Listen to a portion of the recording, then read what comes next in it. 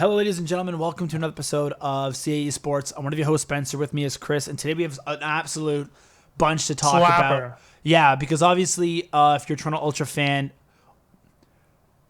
I mean, on one hand, you're up 4-0 in the stage finals, right? And on the other hand, you obviously gave up in one of the biggest chokes in Call of Duty history.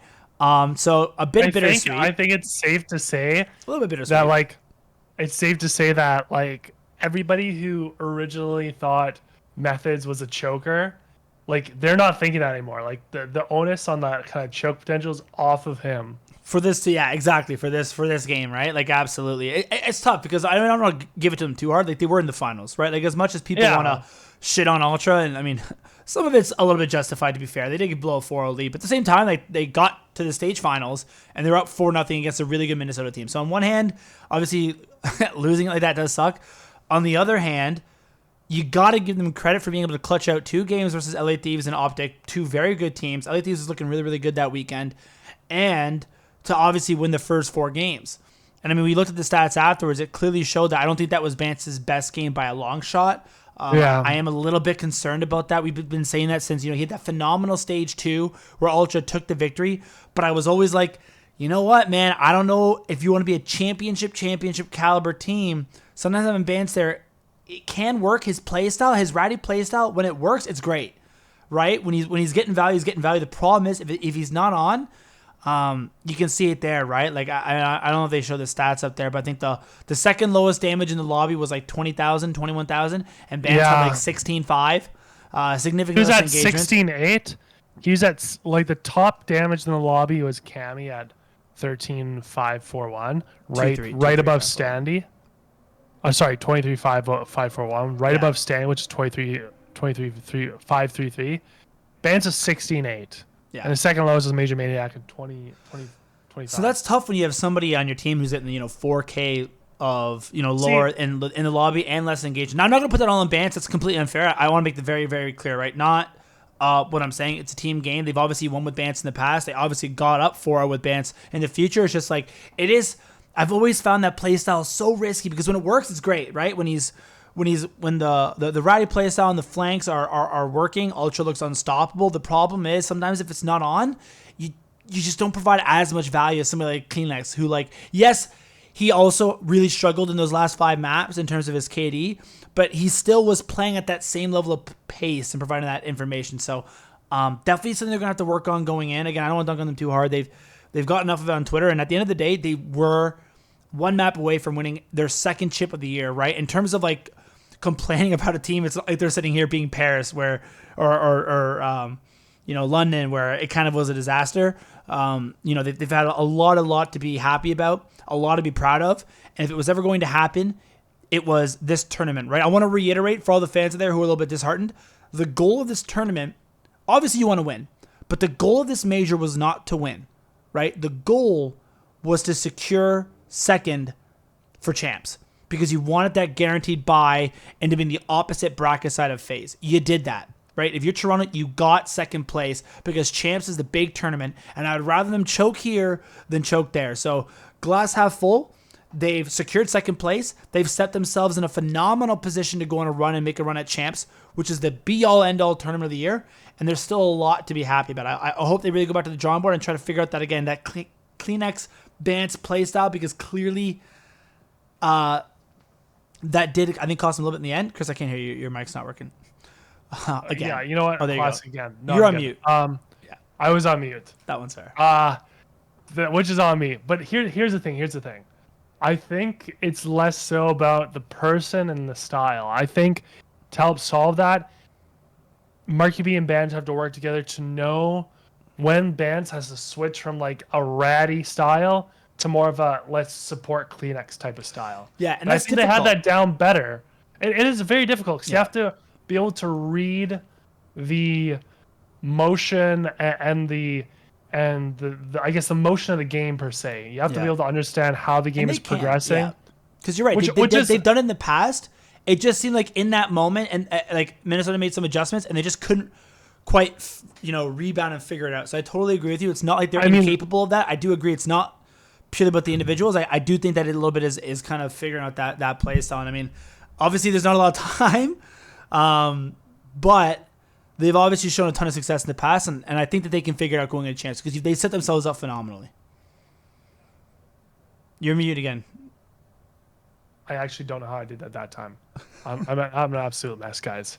I think another thing to really consider is, and we really can't blame it on this reason fully. Like Toronto still effed up, but I would also say that Roker like essentially had a home field advantage, and that is a very real thing, especially with a unexperienced LAN team, fairly unexperienced LAN team like Toronto. We just beat Optic, which, let's get serious, the majority of the crowd is there for Optic. So they're pissed. Like, Toronto Ultra is enemy number one. There's a reason why each one of them got booed walking on the stage, and they always got booed. And in the second part, they're in the US. Everybody's going to cheer for the US team. There's a reason why we heard fucking USA chants. Yeah. The whole time people, which is, I don't get it. As a Canadian, when you just hear like USA chants in like a way that just doesn't make sense, like it's kind of fucking infuriating. I kind of get it, to be honest. Like, I'm cheering for them because they're Canadian. If there's another Canadian team, I'd be right there singing "Oh Canada." So I'm all for it. Like, personally, okay. I do agree with the home field advantage though. Like, I don't care what the crowd can do what the crowd wants to do. They want to chant USA, like, by all means. Like, that's just kind of, I don't say it's what you sign up for, but like that at least makes sense to me. Yeah, I do agree that it's a bit of a home field advantage though, but it isn't. And you can imagine like the situation they're in, right, where it's like the home field advantage probably like wasn't the reason why they lost game 1 or 2, maybe in game 3, but game 4, game 5, when they're fucking the crowd screaming at you, they're fucking yelling and they're cheering for every time Roker's doing good. That's definitely putting a downer on you, and it's essentially same with Roker getting back up there. They'll cheer for anything, so it'll help them even when they're down 4-0. It's also just one, it gets in your head, obviously, when you start to lose, you kind of overthink it a little bit. And then also, let's give Minnesota credit. We've talked a lot about what Ultra's done wrong. Minnesota's a good team, right? It's not like they got reverse swept versus Paris. It's not like they got reverse swept versus London. Like, Minnesota's a legit team. They got legit champions on that team. They added Standy, who, we've been discussing since last September about him being one of the best up-and-coming SMGs in the league, and people are finally seeing it. It's a good team. So, I know it sucks in the moment, and obviously the reverse sweep, like the choke job, it is what it is. But I think if you're Ultra, you really got to take the positives here because there's a lot to take. You're able to clutch up twice versus 2 really good teams. It is what it is. You've secured second seed going into champs, and I think that's where you put all of your chips down. And I really wouldn't be surprised if they're able to bounce back. And again, they can win this entire thing. Like, FaZe finally showed some chinks in the armor, so if you're Ultra, you got to feel pretty pumped about that and just come back in and do what you do. Yeah, exactly. And I forgot what the even scoreline between, FaZe and Seattle was. Was it 3-0 by Seattle? I don't know, but no. No, Seattle 3-0'd London. They beat FaZe 3-2. Oh, okay. So it's still a close game. I'd say that is still absolutely ludicrous. If it was 3-0, that would have been. So again, if you're gonna choke, if you're FaZe, now's the time, right? Like, maybe it's just a thing where, like. I mean, on that note too, Octane. Whenever Octane would be like, "Yo, if we had all season on land, would have been so good." And before I was like, "Yeah, right, whatever, dude." Now with 2 like solid major performances by them, one beating FaZe, I was like, you know what? It would have been interesting. It would have been interesting to see how that would have went. Yeah. We'll never know, right? But Octane is definitely one of those individuals to really watch out for next year. Knock on wood, who knows? But ideally, you're returning to land, but we'll see. But especially, obviously, they're not going to be at champs the way the system works. But I'm excited for what champs has to offer. I think if you're an Ultra fan, there's still a lot to be optimistic about, and this team could definitely make a run, finish top 3, top 2, or win the entire thing. I think FaZe would still be my pick. But it's far from a sure thing. Yeah, I just really hope that they are able to kind of get past this for the year. Yeah, and they should. I heard they learn more from it than are hurt more from it. Yeah. Because I always hear about this, like, it's not an adage, but it's like a kind of a saying where you want to hurt something, like you want to have enough of a failure that's a good learning experience, but not so much of a failure that it just like actually hurts. Yeah, exactly. That hurts and like actually does worse more than good. And I think this may be in the range of it may be so bad that it hurts them more than it actually like Yeah. helps them sit back The and think good about thing is it is in the finals. It's got to give you a little bit of bounce back where you're like, yo, we were in the finals. Right? If this had happened, I know it wouldn't have happened previously, but if it had happened like in losers bracket where you have a big choke and you finish like top 6, then it's demoralizing because then you're like, oh, fuck. But the fact that you did get to the finals, I think it'll be good. But They had that's a enough. real convincing win against. Sorry, yeah, that's enough of that. Well, I was gonna say that's enough. That's enough ultra talk. We can kind of just because at that point I think we've kind of said our things and hopefully they bounce back. But we can get into the Toronto Defiant aspect because Toronto Defiant maybe not as big of a week as Toronto Ultra, but a massive, massive week if you're a Toronto Defiant fan because Paris was able to beat Dallas Fuel somehow. So the hopes of us finishing ahead of them are still, I think they're still there, but we're gonna have to have a good week. Because I saw a path, and that path has became a lot more difficult with Paris getting that win. I think Boston was able to beat Paris then again, so it's been a hectic week of Overwatch. So obviously We're facing London, which I feel London like isn't first. the thing we talk about, but we face Washington Justice. yeah, and I think so. If you're Toronto, you lose London. I'm afraid it's like almost done. Like you can still finish ahead of Florida, but like you gotta win that London game.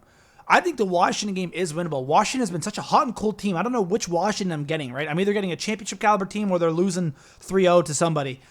So I think that is a winnable game, although I wouldn't expect us to win. But, man, you really got to come out here hot and beat London. I know London has looked a little bit better recently. Sparkers obviously came into the mix. They're starting to find their JoJo a little bit. But Toronto, the playoffs, the play-ins at least is in the palm of your hands. You got to reach out and take it. Because the London game is absolutely winnable. It's a must win. And if you lose that one, oh my God, it's going to be so tough to bounce back in week 2. Yeah, Washington's such a weird. Three, I would think for a second that they're like a gatekeeper team almost, but they're not. I'm They're just not. looking at their past matches. Like No, they're not. They lost 3-0 to LA Gladiators. They lost 3-0 to Houston Outlaws. They lost 3-2 to Dallas. They just beat Paris 3-2. And that some of the stuff's a little bit far in the past, but like Yeah, no, like they're a team that on one hand, you're watching them play, you're like, oh, they're the best team in the league, right? They're firing on all cylinders. They're looking, but yeah, you're right. Last week, I don't think they didn't win a map. And yeah, Houston and LA are good teams, but and it's weird talking to Wheats, he's like talking to him about Scrimmy. He's like, yeah, like LA's one of the only teams that we're like very genuinely, they're like really damn good.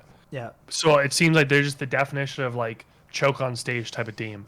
Also, I know this is super off topic, but shout out to BOUCNE, man, for finally getting a shot Let's for go, San Francisco BOUCNE. Shock. I know we interviewed him when Zick from Third Impact came on the Toronto Defiant last year. And I know he had been, grinding and working hard, and he always impressed me when we had that interview. I remember just being really impressed by his mentality and the way that he approached the game, and he's been grinding for that Overwatch League spot for a long time. And I'm really excited that he finally gets that chance. I know he'd kind of left Overwatch, came back, was on the sidelines for a bit, so that's off topic, but he was a friend of the show there for a year and a half back when we were giving him some insight on Zick, and I'm just happy to finally see him kind of make that jump and get the shot that I think he deserves.